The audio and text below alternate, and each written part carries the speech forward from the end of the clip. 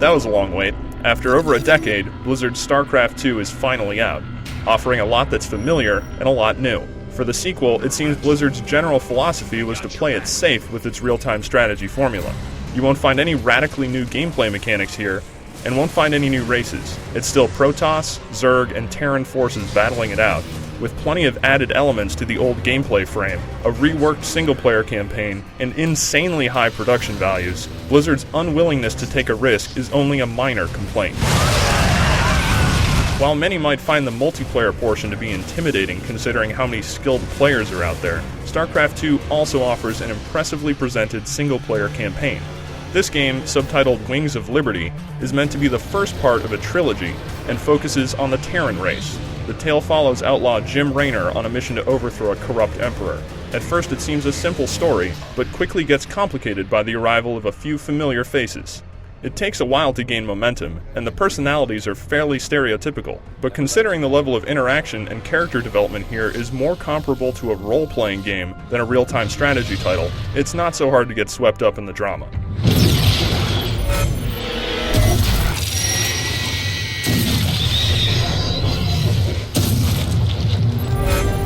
With a powerful gaming machine, StarCraft II can be an incredibly pretty game. The character models and the cutscenes are superbly detailed and animated, helping to create a sense of identity and personality alongside the dialogue and voice acting. Animations and effects on the field of battle are especially impressive, like units bursting into flame, being dissolved by acid, or getting cleaved in half. Alongside the solid visuals is a top-tier interface worked into Blizzard's Battle.net service for online battles and delivering the story in the campaign. While following along with the story, you're free to click Jim Raynor around his starship, interact with characters to get more of the story, upgrade your units, select the next destination, watch newscasts, and even play around with a Lost Viking arcade game. All this is backed up with a fantastic soundtrack that helps set the mood. The dialogue can be pretty cheesy at times, but in a likable 1980s action movie kind of way. Damn, Jimmy. You've been holding out on me. Sci-fi cliches like prophecies and unlikely heroes are deeply ingrained in the tale, but it's still a fun popcorn story to follow along with, filled with enough humor to prevent its serious parts from becoming too overbearing. I'm a model citizen now.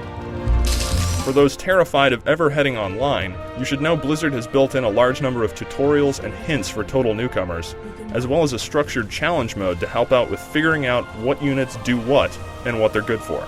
The way Battle.net automatically places you into leagues and divisions ensures you'll be playing against opponents of roughly similar skill level, and if you do get blown out of the water, you can always save and re-watch a match using the detailed replay system.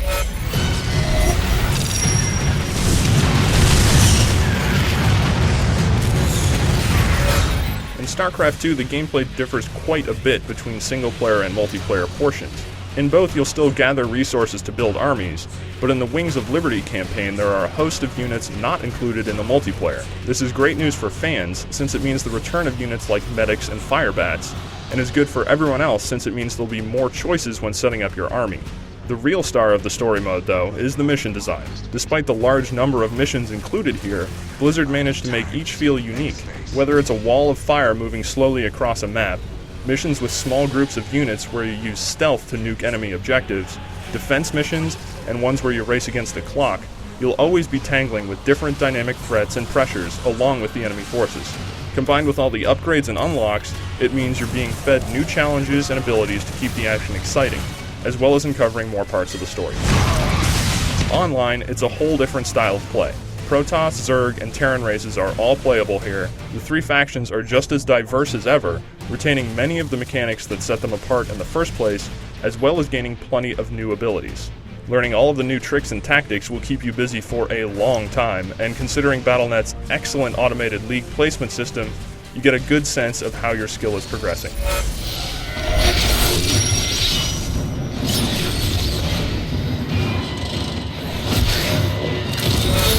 It's been a long break between titles, but with StarCraft II Wings of Liberty, Blizzard's delivered one of the best real-time strategy experiences around.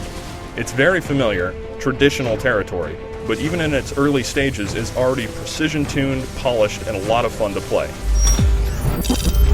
Blizzard doesn't do much to re-engineer the genre with StarCraft II, but does deliver one of the most fully featured and finely wrought strategy titles available. For more on StarCraft II, head over to IGN.com.